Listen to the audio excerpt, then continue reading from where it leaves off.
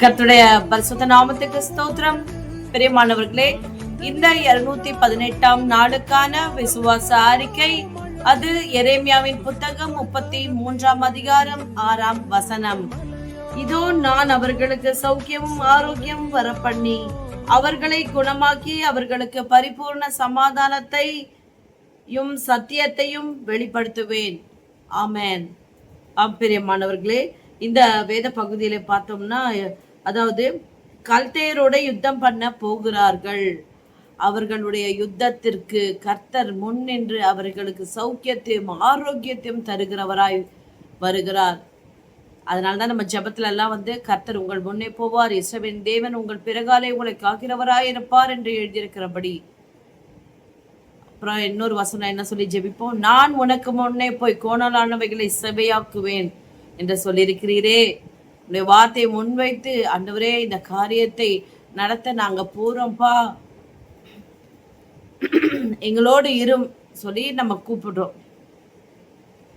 ஏன்னா ஆண்டவர் என்னை நோக்கி கூப்பிடு என்று அவர் சொல்லி இருக்கிறார். இந்த வேதத்திலேயே இந்த பகுதியில 3வது வசனத்திலையும் என்னை நோக்கி கூப்பிடு அப்படின்னு சொல்றாரு. ஸோ யாரெல்லாம் அவருடைய வார்த்தைக்கு கீழ்ப்படிந்து அவரை நோக்கி கூப்பிடுகிறார்களோ அவர்களுடைய வாழ்க்கையிலே கர்த்தர் அவர்கள் முன்பாக போவார், அவர்களை ரட்சிப்பார், யுத்தத்திலே அவர்களை சிறந்தவர்களாக நிறுத்தி ஜெயமெடுக்க வைப்பார்.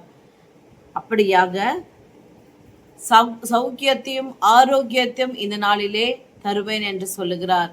எந்த ஒரு வியாதி, பலவீனம், போராட்டம், எந்த ஒரு காரியம் உங்களை துக்கப்படுத்தினாலும் பிரியமானவர்களே, கலங்கவோ திகைக்கவோ வேண்டாம்.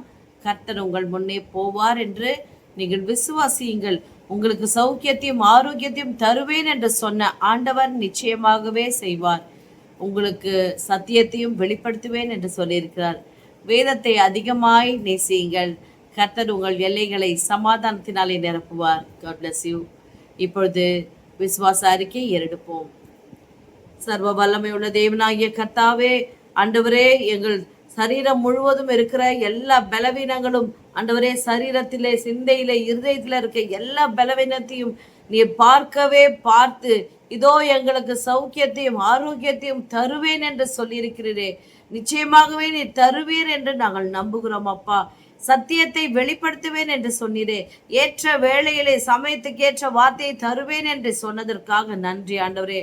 நீர் அப்படியே செய்வீர் என்று உறுதியாய் விசுவாசித்து அறிக்கை செய்கிறோம். ஆமென். பிரியமானவர்களே, விசுவாச அறிக்கை செய்யுங்கள். கர்த்தர் பெரிய காரியங்களை செய்வார். God bless you.